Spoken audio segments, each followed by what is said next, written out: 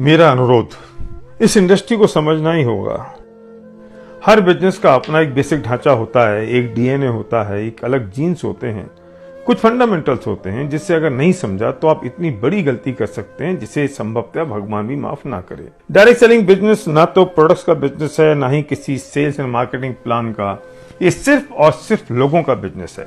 हाँ, निश्चित तौर पर प्रोडक्ट्स की क्वालिटी, प्राइसिंग, यूनिकनेस और सिलेक्शन का एप्रोप्रिएट होना, बैलेंसिंग होना, देश, जनता और जनसंख्या की स्पेंडिंग पावर के अनुरूप होना ही चाहिए, जिससे लोग एक अच्छी आमदनी कर सकें और अपने अधूरे सपनों को पूरा कर सकें। स्पष्ट है कि लोग ही धुरी हैं, केंद्र में लोग ही हैं, सेंटर पॉइंट लोग ही हैं, निर्भरता लोगों पर ही है।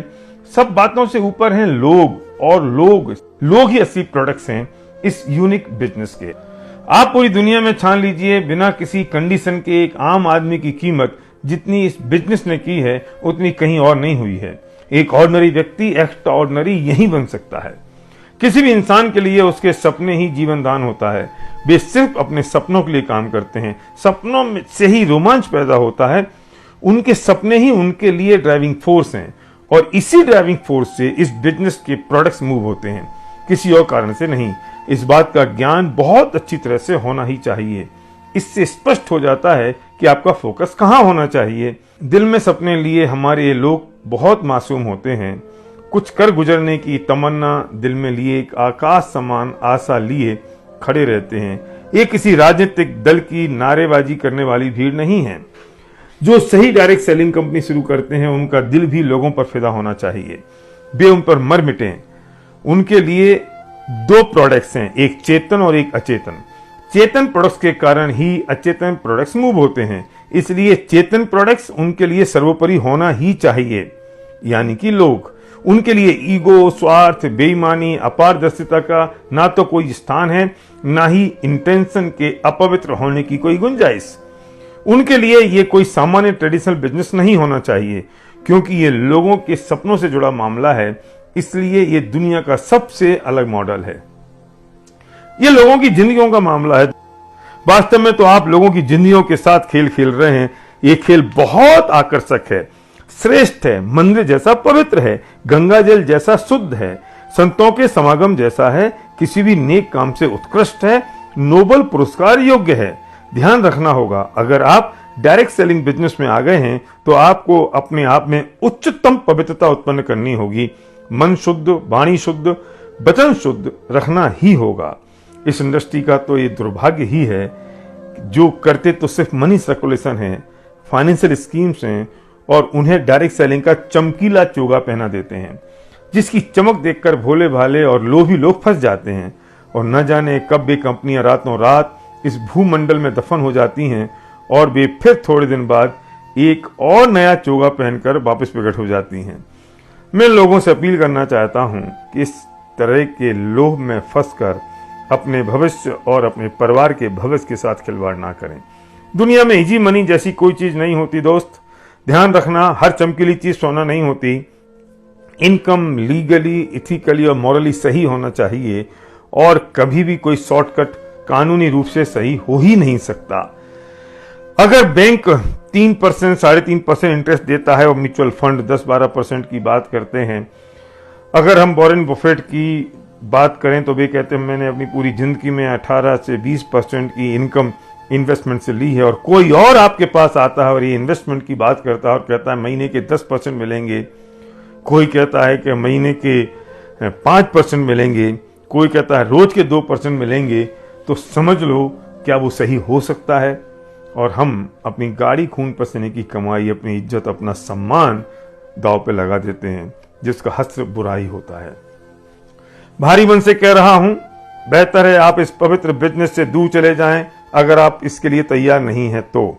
अगर आप स्वार्थी हैं, अपने स्वार्थ के लिए लोगों को बरगलाते हैं, अगर आपकी भावनाएं दुष्ट प्रकृति की हैं, अगर आप सच्चे हैं और आप 10 कदम देखने में भी असमर्थ हैं, तो आपको अपने साथ एक भी इंसान को साथ रखने का अधिकार नहीं है। आपकी दृष्टि में एक सामान्य टॉर्च जितना भी दूर देखने की ताकत नहीं है। जब आपको पता नहीं है कि इस तूफानी सागर में आप कहां और कैसे पहुंचेंगे, और आप चल दिए पूरा कुनबा लेकर, तो किनारे पर पहुंचना तो तुक्के की बात होगी, पर डूबना तो निश्चित है। भीड़ के आगे खड़े हो जाने से आप एक लीडर नहीं बन जाते।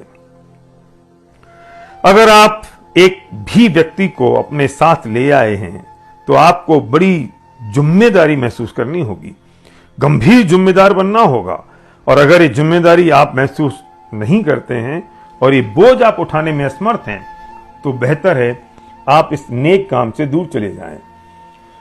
अब आप मुझसे जिम्मेदारी उठाने का मतलब और उसे निभाने की परिभाषा मत पूछना। इसे समझने में इन नादान तथाकथित लीडर्स को भी अभी एक जन्म और लगेगा।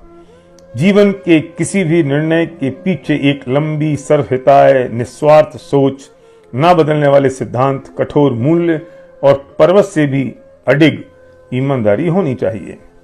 अगर आप अपने आप में आमूलचूल परिवर्तन करने को तैयार नहीं हैं, तो बेहतर है आप इससे दूरी ही बना लें। आपको निश्चित रूप से अपने आप में, अपनी सोच में, व्यवहार में परिवर्तन लाना ही होगा। योग्यता आपको सफलता दिलाती है और चरित्र आपको सफल बनाए रखता है। लीडरशिप ड्रिवन एजुकेशन सिस्टम इस बिजनेस में ऑक्सीजन की तरह होता है, जो दिखाई तो नहीं देता है, पर उसके बिना पल भर भी जीवन दूभर हो जाता है। ऑक्सीजन की कीमत तब पता चलती है जब वो मिलती नहीं है। हमारे लोग भी ये समझने में और निर्णय लेने में बहुत नादान होते हैं कि किसकी मीठी बातें पर कड़वी राह है, कि उलझाने वाली बातों में आना है और किसके साथ चलना है। ध्यान रखना, ये जिंदगी का खेल है और ये सिर्फ अपनी जिंदगी का खेल नहीं है दोस्त, हजारों लाखों की जिंदगियों का खेल है। और ये खेल बार बार खेलने को नहीं मिलता है। जिस नाव में हम बैठ रहे हैं जरा देख तो लो, उसमें कहीं छेद तो नहीं है। जिस गाड़ी में आप बैठ रहे हैं जरा देख तो लो, उसके इंजन की टेस्टिंग भी हुई है या नहीं। जिस रथ में आप बैठने जा रहे हैं जरा देख तो लो, उसका सारथी कौन है, कैसा है। मामला लाखों जिंदगियों का है जिनने आप पर अपने से भी ज्यादा भरोसा किया है। जरा अपनी गिरेबान में झांक कर देखना, कहीं हम अपनी असफलता का ठीकरा किसी और पर तो नहीं फोड़ रहे हैं और मासूम बनकर लोगों के सामने घड़ियाली आंसुओं के साथ बतिया रहे हैं। निश्चित तौर पर इसमें कुछ मछलियां तो फंसी जाती हैं और घड़ियाल का पेट भर जाता है, पर भी नादान मछलियां अपनी जान से चली जाती हैं, फिर उन्हें पूछने वाला कोई नहीं बचता है। याद रखना दोस्त, कठिन चीजों को आसान और सरल बताकर निगल लेना दुनिया की पुरानी फितरत है। दुर्भाग्य है कि कमजोर व्यक्ति ना तो अपने को कमजोर समझता है और ना बेईमान अपने आप को बेईमान समझता है, ना बदमाश अपने आप को बदमाश समझता है, ना स्वार्थी अपने आप को स्वार्थी और ना मूर्ख अपने आप को मूर्ख समझता है। सब अपने आप को अच्छा, समझदार और सही ही समझते हैं और उसी के अनुसार अपने फेवर में तर्क ढूंढ लेते हैं, जिसे हम अपना अपना विनिंग फॉर्मूला कहते हैं। और उसी अपनी बनी बनाई खोल में वो लोग जीते रहते हैं। रावण ने सीता का अपहरण किया तो वो उसे भी सही ही साबित करता रहा और दुर्योधन द्रौपदी के चीरहरण को। ये तो राम ने श्री कृष्ण ने साबित किया कि सही क्या था और गलत क्या। इसके सही गलत का निर्णय तो वक्त ही बताता है और जब पता चलता है तब तक हाथ कुछ नहीं रहता है। ध्यान रखना, जिंदगी बहुत बड़ी नहीं होती है। अपने आप को धोखा मत देना भाई। जितने लोग इस खेल के मैदान में हैं उन्हें समझ लेना चाहिए, निश्चित रूप से ये खेल, जो लोग इसके फंडामेंटल रूल्स के साथ काम करते हैं उनकी जिंदगियों में आमूलचूल परिवर्तन कर देता है। जो लोग कुछ नहीं करते हैं वे बिल्कुल वैसे ही रहते हैं जैसे थे। ना तो कुछ बिगड़ना है ना कुछ सुधरना है। जब कुछ किया ही नहीं तो कुछ होना भी नहीं है।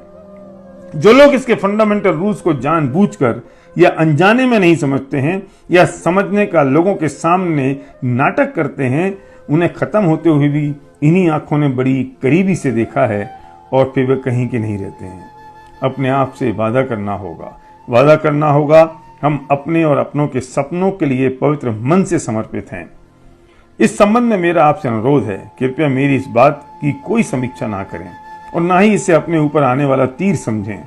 और अगर आप ऐसा करते हैं तो इसका मतलब होगा कि कहीं घाव है तो टिंचर लगने से चिन्ह रहा है। अगर ऐसा होता है तो आपको इस लेख को और एक बार पढ़ना होगा, सुनना होगा और मलहम लगानी होगी।